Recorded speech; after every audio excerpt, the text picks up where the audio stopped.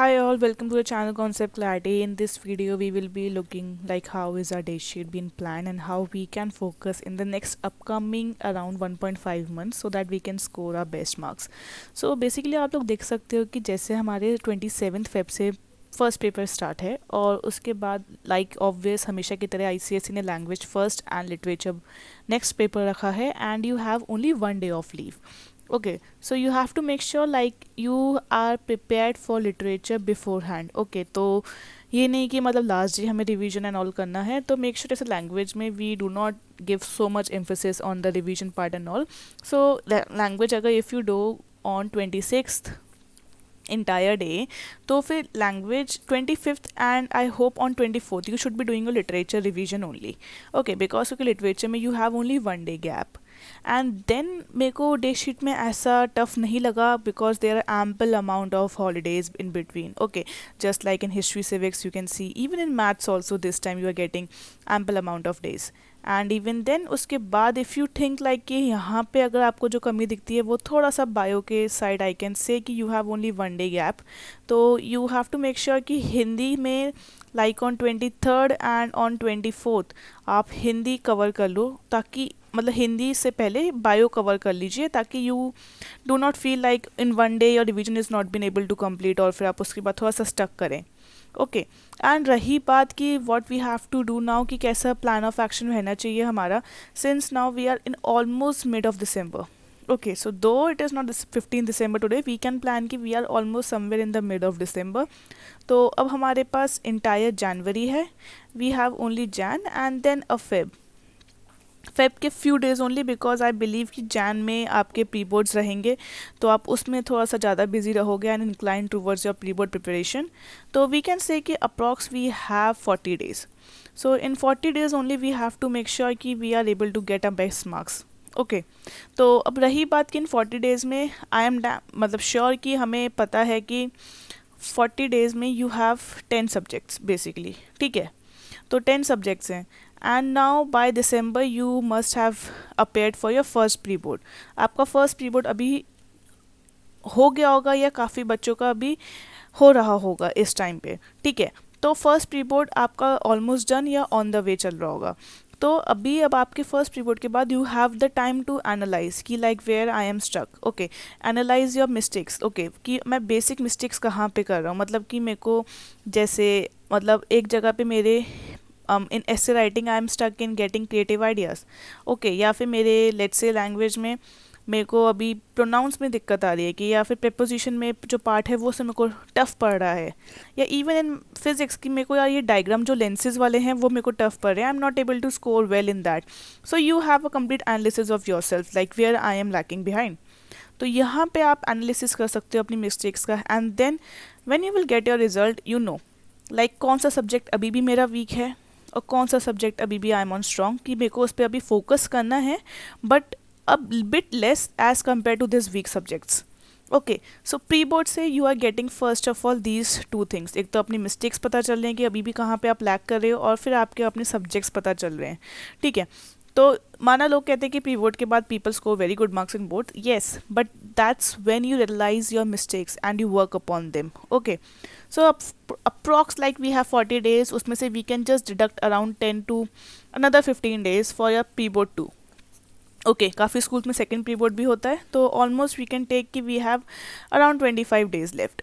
So in these 25 days you have to buck up for these 10 subjects and make sure what are you revising that matters the most. Okay, so you have to prepare smartly and not like you are just again going through every subject one by one. No. Okay, so what we should do and what Concept Clarity recommends you is like, let me just draw it again for you. Okay, so like in these 10 subjects we have to basically focus first of all upon the keywords. Like for as since day one we are saying on each and every video, in each and every video we are saying ki you have to make sure like your keywords are correct. Okay, so if your keywords are not correct your answer length does not matter at all. Okay, so your keywords are the important thing, and then your diagrams, because physics chemistry में तो वो important रहते ही रहते हैं। And then फॉर्मूले, क्योंकि अगर आप स्टेप मार्किंग के अकॉर्डिंग यू वांट की मतलब मार्क्स चाहिए तो आपको फॉर्मूलेज इंपॉर्टेंट है लिखने के लिए हर अपने न्यूमेरिकल में, तभी आपको स्टेप मार्किंग के मार्क्स मिलेंगे। कि अगर आपका लास्ट में आंसर गलत आ रहा है तो आपको यहाँ पे आपको मार्क्स फेच करने का एक चांस मिल जाता है। ठीक है, तो ये तीन चीज़ें इंपॉर्टेंट हैं। एंड उसके बाद अगर लिटरेचर की बात करें तो you have another ample amount of things, like आपको इंपॉर्टेंट लाइन्स याद करनी पड़ेंगी, मेटाफर, सिमलीज एंड ऑल। आपको वो सब फिगर ऑफ स्पीच, मतलब इन शॉर्ट अगर मैं यहाँ पे लिख दूँ फिगर ऑफ स्पीच, ओके, तो ये मैं शॉर्ट पे लिख दे। You have to make sure कि फिगर ऑफ स्पीच आपकी इंपॉर्टेंट आपको सारी याद हो इस समय तक, और आपको समझ में आ रही हो कि ये फिगर मेटाफर क्यों यूज़ हो रहा है, ये सिमिली क्यों यूज़ हो रही है यहाँ पे, ओके। तो you have to make sure over this also, okay. तो ये 4-5 चीज़ें इंपॉर्टेंट हैं। तो अगर जैसे हम लोग अब रिवाइज करेंगे तो आप ये नहीं कि लाइन बाय लाइन या थरो बाय थरो जाओगे। लिटरेचर में अगर बात करें तो you don't have to go again line by line और you have to read the act again. तो एक बार yes you must read but not again and again, you revising the act. आपको एक्ट में फिर फर्स्ट टाइम आप request you कि एक बार फर्स्ट अपनी वन टाइम बुक रिवाइज तो एक बार आप कर लीजिए, मतलब read a book merchant of Venice एक बार स्टार्टिंग से एंड तक एक बार रीड कर लीजिए। It will hardly take 2 days. अगर आपने बहुत अच्छे से प्रिपरेशन करी हुई है तो 2 डेज़ में आपको रिवाइज करने में इजी रहेगा merchant of Venice entire reading, okay, go through. And then उसके बाद फिर आपकी रहती है stories and all. Stories and all में आपको वही मैंने भी बताया है, लाइन्स याद करनी है and then figure of speech आपको मेंशन रखने हैं। तो लिटरेचर में you have to go over these. And then बात आती है लैंग्वेज में। लैंग्वेज में you have to make sure कि आपके प्रेपोजिशंस वाला जो पार्ट है वो इंपॉर्टेंट आपको अच्छे से आना चाहिए। प्रेपोजिशंस के बाद आपको सिंपली अपने वर्ब्स वाला की मतलब बेसिकली अपने सारे जो लैंग्वेज का ग्रामेटिकल पार्ट है उस पर आपको अच्छे से ग्रामर में एक आइडिया रहना चाहिए कि कैसे मेरे को आता है। You have a good ample revision, आपने प्रैक्टिस अच्छी करी होगी। एंड देन जो सिंटेक्स रहता है, जो आपके सिंटेक्स और other format, I would say here format जो है आपके लेटर राइटिंग एंड ऑल के आपको अच्छे से अभी तक आने चाहिए, ओके। कि like if anyone randomly comes in ask like what is the format of this notice, so you know that, okay. So the formats are very important, have a good practice over them. Coming to history civics, okay, so I am just telling you step by step कि इनमें अभी आपको जब revision करना है 45 days में क्या क्या पे आपको फोकस रखना है, what to focus on. So let's coming to history and civics. So history and civics में आपको सिंपली सबसे इंपॉर्टेंट है आपको इवेंट्स रखने हैं याद, कि हिस्ट्री में कि कौन सा इवेंट कब हुआ था। उसमें देखिए आप एक मैं आपको इसमें ट्रिक बताती हूँ, ये 4 पॉइंट्स हर इवेंट के अगर आपको याद हो गए तो you are done for the day, okay. तो सबसे पहले आपको ये बेसिकली रखना है कि व्हाट वाज द इवेंट, कि इवेंट था क्या, जैसे जलियांवाला बाग मूवमेंट, ये था चौरी चौरा मूवमेंट। तो ये आपको पहले अपने वो याद रखना है कि कौन कौन से मूवमेंट्स हुए थे या फिर कौन कौन से एक मतलब कोई इवेंट बड़ा हुआ था। Then when it happened, when में मतलब कि डे या डेट्स जो आपके हैं वहाँ पे, ठीक है। व्हाई इट हैपेंड, आखिर क्या रीज़न था इसको कि हमें इसको करना पड़ा, और ठीक है। उसके बाद कभी कभार रहता है कि आफ्टर मैच की इसके बाद क्या हुआ, जैसे अगर जलियांवाला बाग में बात करें तो पीपल वर मतलब, तो उसमें उसके बाद क्या हुआ, मतलब फिर वहाँ पे उनके ऊपर कैनन्स एंड उससे फायरिंग हुई तो पीपल डाई, मैसेक्योर हुआ था वहाँ पे इस इवेंट की वजह से। आफ्टर मैथ मतलब इसके बाद क्या क्या कॉजेज़ हुए लोगों को, ओके। तो जैसे अगर ऐसे हम लोग इन चीज़ों को आपको याद रखना पड़ेगा, ठीक है। जैसे अगर हम लोग डांडी मार्च वाला की बात करें तो आफ्टर मैथ कहते हैं कि what were the repercussions of that, कि मतलब जैसे कभी सॉल्ट का प्राइस कम हो गया था, पीपल, ऐसे आपको कुछ याद रखना पड़ेगा, ठीक है। ये 4-5 पॉइंट्स हैं, मतलब आपको ये याद रखने चाहिए, तो इससे आपका ऑलमोस्ट सब हो जाएगा, ओके। और उसके बाद एक ये लास्ट पॉइंट कि who participated in that, okay, कि कौन सा लीडर या मेंबर था जिसकी who was the important person for that, ठीक है। तो ये आपको याद रखना पड़ेगा।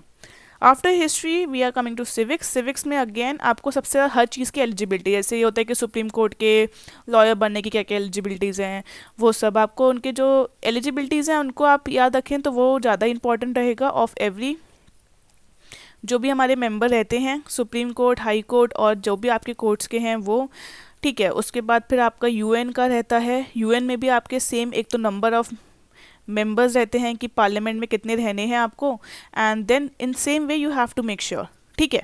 तो ये सिविक्स में भी आपको वही याद रखना है, एलिजिबिलिटी क्या रहेगी एंड ऑल, और यूएन में किन मेंबर्स क्या हैं and then what is their work, ठीक है, what are their main important aim, और उसके बाद उनका मोटो क्या रहता है, ठीक है। तो you have to make these things clear. और उसके बाद then we are coming to maths. देखिए मैथ्स में तो आई रिक्वायर कि आपको बस प्रैक्टिस होनी चाहिए, there is no such revision, आपके कॉन्सेप्ट्स क्लियर होने चाहिए। But for the instance you have to just focus are on the formula, कि फॉर्मूले आपके सही होने चाहिए। एंड देन अगर जो टफ लग रहा है आपको भी टॉपिक की यार मेरे को इस सर्कल्स में अभी भी टफ है कि मेरे को ये एक सम वन गो में नहीं होता, तो make sure you practice circles, important topic that you feel like you are important and you sometimes do not get the answer at once only, you have to again आपको एक और बार सम करना पड़ता है ट्राई। तो उन पॉइंट्स को मतलब वीक एरियाज में आप फोकस रखिएगा, ठीक है। And then coming to geography, geography में देखिए सबसे पहले तो you have to make sure वही places, okay they are famous for, जैसे जैसे अगर से शुगर है तो शुगर कहाँ कहाँ पे ग्रो होती है। लेट्स एग्जाम्पल लेके चलते हैं, then you can make it clear कि शुगर का सबसे पहले वेदर रिक्वायरमेंट्स क्या होते हैं, ठीक है। वेदर में आपका रेन, एंड देन उसके बाद आपका टेम्परेचर, एंड देन सॉइल, ठीक है। उसके बाद फिर उसके आपका आता है शुगर की क्या कहते हैं बाई प्रोडक्ट्स क्या क्या हो सकते हैं, ठीक है।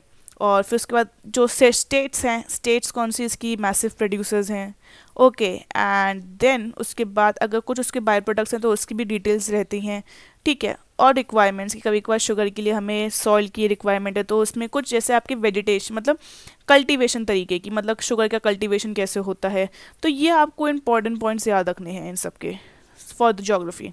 एक एक मैंने एग्जाम्पल दिया है, तो ठीक है। कमिंग टू फिजिक्स, सबसे पहले आपको डायग्राम्स प्रैक्टिस करने चाहिए अपने, क्योंकि diagrams carry important marks for each answer, okay. So you can support your answers even with diagrams if you feel like कि मेरे को इस वाले में डायग्राम से मेरा आंसर ज़्यादा मेरे को लग रहा है कि मैं सपोर्ट कर पा रहा हूँ, तो मेक श्योर यू डू और डायग्राम। तो डायग्राम्स पे आपको प्रैक्टिस होनी चाहिए, फॉर्मूले पे होनी चाहिए, एंड जो डेफिनेशंस आप कर रहे हैं तो उन डेफिनेशन में जो इंपॉर्टेंट कीवर्ड्स हैं वो आपको पता होने चाहिए, ठीक है। ये नहीं कि आप कुछ भी मतलब लंबा लंबा लाइन लिखे जा रहे हैं, you are just writing answer, but वो जो कीवर्ड्स हैं they are missing, so this is zero only, they won't help you to fetch marks. So you have to make sure कि आपको डेफिनेशंस में कीवर्ड्स पता हैं, ठीक है। And this is same for chemistry कि डायग्राम, फॉर्मूले, एक्सपेरिमेंट्स आपको आने चाहिए, and then plus again keywords and your reactions, आपको रिएक्शंस अच्छे से याद होने चाहिए, reactions carry important marks organic chemistry में, तो ये आपको आना चाहिए। उसके लिए आप क्या करें, अभी भी टाइम है, practice, learn as much as you can, okay. And then coming on to computer, computer में you can just go over the programs, programs are very important. Programs के लिए you need to know your theory and again your definitions, your keywords, you need to know them, okay। And for that one tip I can give, you can go and subscribe to the Code Effectively channel. There I have made ample number of videos for your free videos for your programming, like each and everything of 10th standard is being taught well over there. You can go and look over the playlist on the channel. Then देखिए हिंदी में I don't have much to tell you, Hindi में you even it is your mother tongue, so there is not such things to, but still if you have your, you have to make sure कि आपका जो story या novel है उसको आपको अच्छे से आना चाहिए। एंड देन उसके बाद make sure your poems are, you are well versed with the poems. Poems के साथ आपको अपनी जो ग्रामर पार्ट है, प्राइवेट शब्द, विलोम एंड ऑल, देखिए वो बहुत स्कोरिंग रहता है, दो वो बहुत बड़ा वास्ट है, but that's the most scoring thing ever, so उसमें आप ध्यान रखिएगा।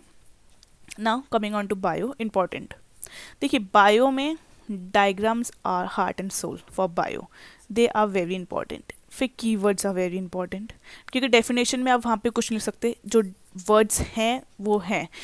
एग्जाम्पल दूँ कि अगर जैसे आपसे बोला गया कि नर्वस सिस्टम को डिफाइन करो, तो नर्वस सिस्टम को डिफाइन करने के टाइम आपको 3 वर्ड्स आने चाहिए कि nervous system is made up of nerves, brain and spinal cord, ठीक है। तो अगर आपने फिर ये 3 वर्ड्स लिख दिए, I don't think no one can deduct your marks. These are the 3 important words, okay. अब आप कुछ भी लिख रहे हैं, nervous system is important, heart important part of the body, it controls our actions, it is important for the involuntary movements also, नहीं वो सब आप देख सकते हो, बट द 3 इंपॉर्टेंट पॉइंट्स और the words that I hear are the nervous system is made up of nerves, brain and spinal cord, okay. Cords नहीं, spinal cord, तो ये नहीं लिखा तो फिर I don't think you are getting good marks. So if this is of let's say 2 marks, सो अगर आप ये लिख के आओगे खाली जो मैंने बताया था कहानी, तो आपको हाफ मार्क ही मिलेगा, but if you go with this and this कहानी, then you are able to get 1.5 and 2 depending upon in the language you express is more clear to the examiner और नॉट, ठीक है। तो इसलिए ये important रहता है बायो में। तो आई बिलीव मैंने आपको हर एक शॉर्टकट बता दिया है कि हाउ आपको किस सब्जेक्ट में किस तरीके से पढ़ना चाहिए, that we recommend you. And you still have good number of days in your hand. Make sure कि like you have around, as I said, for 25 days. So I don't think अब आपको school या tuitions, I believe कि you should go if you feel like, okay, like if you feel like यार मेरे को इस chapter इस subject में मैं वीक हूँ तो मेरे को जाना चाहिए क्योंकि वहाँ पे सर इंपॉर्टेंट अभी पढ़ा रहे हैं, तो आई फील कि मेरे को उससे वहाँ पे कुछ ग्रैब हो जाएगा, देन ओनली. पर अगर आपको सब्जेक्ट में अच्छे से आता है, यू फील कि मेरे मार्क्स भी ठीक आए हैं उसमें प्री बोर्ड में, and I can do at my self at my own pace, then sit at home and study. Okay, then don't go. Do not waste time in going and waste your energy also in going here and there. Okay, and I prefer, like now it's your board time, try to study for 6 and 8 hours a day. ये नहीं कि मतलब पूरा पूरा if you are studying for 12 hours and you are like I'm studying for 12 hours so it's my board, so it doesn't matter. If you study 6 to 8 hours a day but with proper dedication, okay, and you are able to do something, achieve like whatever your task was of 100%, and if you are able to achieve 80% then it's great. But अगर 12 घंटे पढ़ रहे हो और 100% का task you are able to just make it 60 or 50 somewhere, so that's useless. Okay, you are wasting your time and your energy, so make sure कि कम पढ़ो पर अच्छा, ठीक है. So that's it, and we on Concept Clarity team wishes you all the very best for your board exam. Keep watching the videos and do let us know in the comment section like if you need any help. Thank you.